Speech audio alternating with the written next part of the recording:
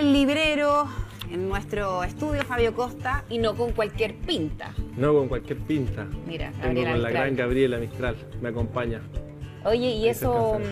Este es un proyecto que pronto va a ver la luz en las librerías. ¿Ya? Estamos trabajando con una diseñadora, Francisca Salomón, y esta línea de poleras bacanes que le pusimos Ay, qué nombre. lindo, Sí. ya. Y son la gracia que son todas ligadas a...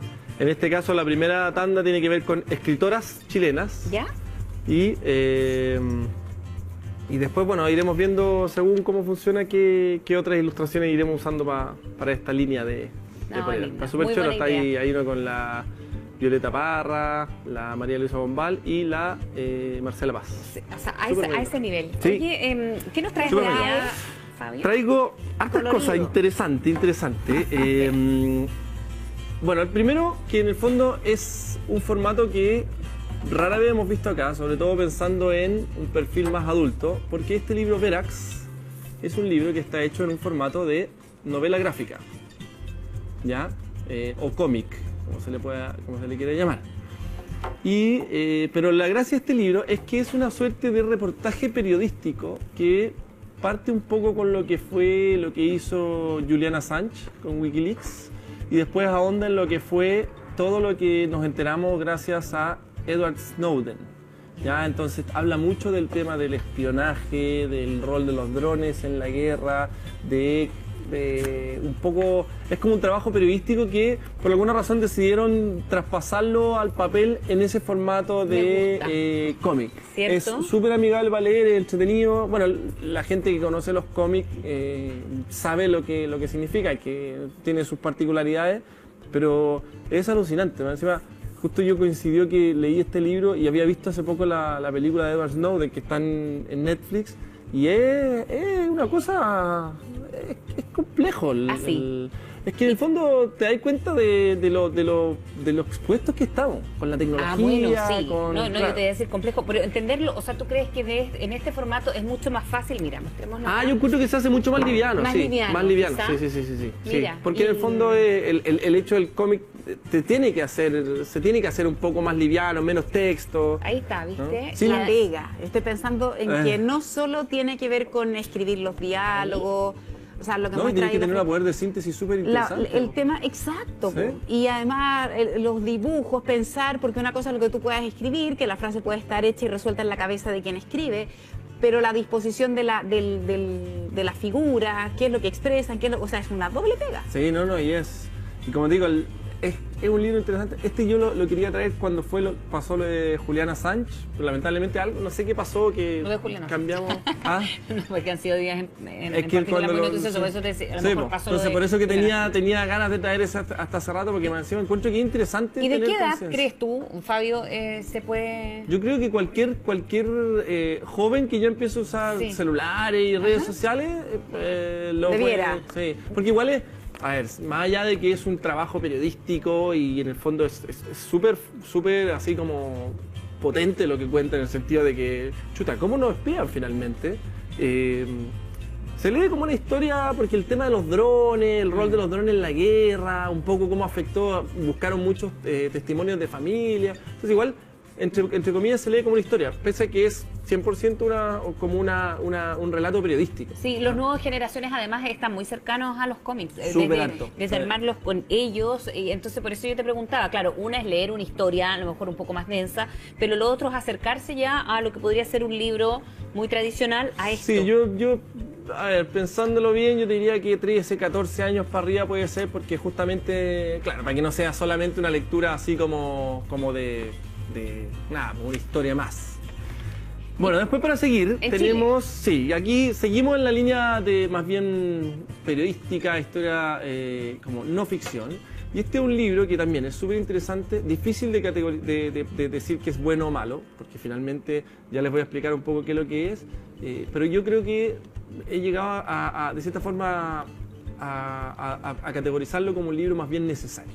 ¿Ya? Este es un libro que lo que hicieron fue tomar el informe Valech, siendo consciente de que el informe Valech era un documento muy grande y probablemente la gran mayoría de la gente no le iba a leer, iba a quedar en los estantes, académicos, especialistas, solamente iban a dedicarse a eso.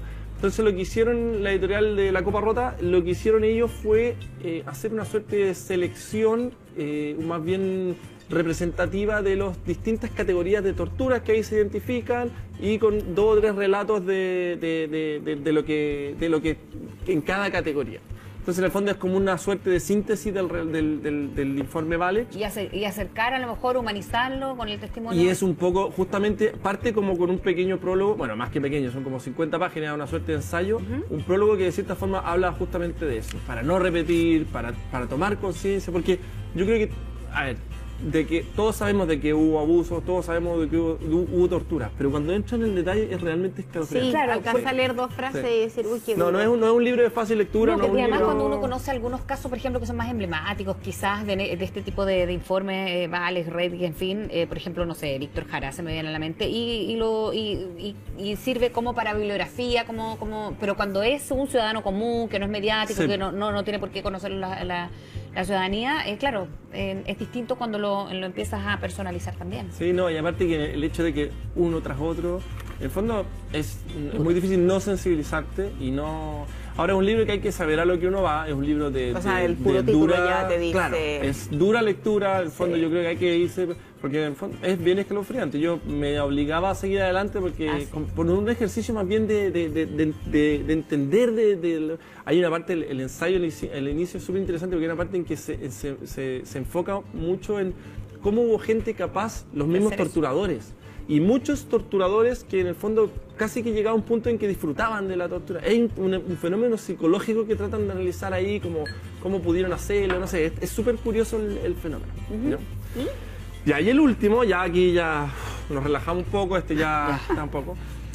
El día de ayer, 2 de mayo, sí, se conmemoraron los 500 años del fallecimiento de uno de los más grandes genios de la humanidad. Y nosotros habíamos visto libros de Leonardo da Vinci acá. Hoy día traje ya les voy a explicar por qué este interesante libro de Leonardo da Vinci en el siglo XXI. Que en el fondo la gracia que tiene, tal vez no entrega información adicional sobre la obra de Leonardo da Vinci, porque hay mucha información, la biografía que alguna vez vimos acá, yo les diría que es más completa, pero la gracia es que de cierta forma lo conecta con cosas que están pasando ahora. ¿Ya? Entonces, en el fondo habla de la tecnología, de prototipos de robot que él decía. Entonces lo trae como un poco a la realidad actual y cómo la obra de Leonardo sigue muy vigente, no como otros artistas que de cierta forma hicieron una obra que queda en el pasado y ahí queda. No, por lo Leonardo todavía hay cosas que él se adelantó mucho a su época. Y eso es lo que explica que sea un genio. Y eso es lo que explica que sea un genio. Y también quise enfocarme en esto porque no solamente se conmemoraban esto, sino que porque el día de ayer se lanzó un concurso al cual tenemos un video que, bueno, ahí en algún momento va a partir. Ahí para que lo veamos porque tiene que ver con un concurso que está lanzando la Finisterra y del que nosotros, Librería Bros, somos patrocinadores. A ver. ¿De qué se trata? Bueno, el concurso consta el desafío es que Leonardo dejó, dentro de toda su obra y lo más famoso, también dejó muchos lo que llamaban los códices o códices, que eran una suerte de libretas donde él iba haciendo sus anotaciones, sus dibujos, sus observaciones y dibujaba sus prototipos, una forma donde él usaba mucho el pensamiento visual con sus dibujos, era un artista muy, muy talentoso. Y el concurso consiste en lo siguiente, en grupos que sean multidisciplinarios, y aquí pueden concursar cualquier estudiante universitario, esa es la gracia, esto lo organiza la Universidad de la Finisterra, pero está abierto a todas las universidades, con la presencia de un profesor guía, donde ellos tienen que simular, armar un códice o un códice, pensando en que Leonardo viviera hoy, en la actualidad. Entonces, pararse en la actualidad, tratar de entender un poco la lógica, cómo fue él, cómo fue un poco transgresor, un poco innovador, qué sé yo, y ellos armar un códice en el formato que ellos quieran, audiovisual, dibujo, todo el cuento. Las bases están en la página de la Universidad Finisterra, es uft.cl/davinci, puedo estar equivocado, pero el uft.cl ahí van a encontrar la página. El premio máximo es un viaje a Pisa, es una estadía en la Universidad de Pisa para todo el grupo con el profesor guía. Y bueno, los premios que vienen después son los libros que nosotros estamos entregando al... Excelente, muchas gracias. Es un extraordinario concurso y aparte una oportunidad súper entretenida de meterse en la cabeza de este genio. Buen fin de Fabio. Igualmente. Que estés muy bien. Chao, Fabio.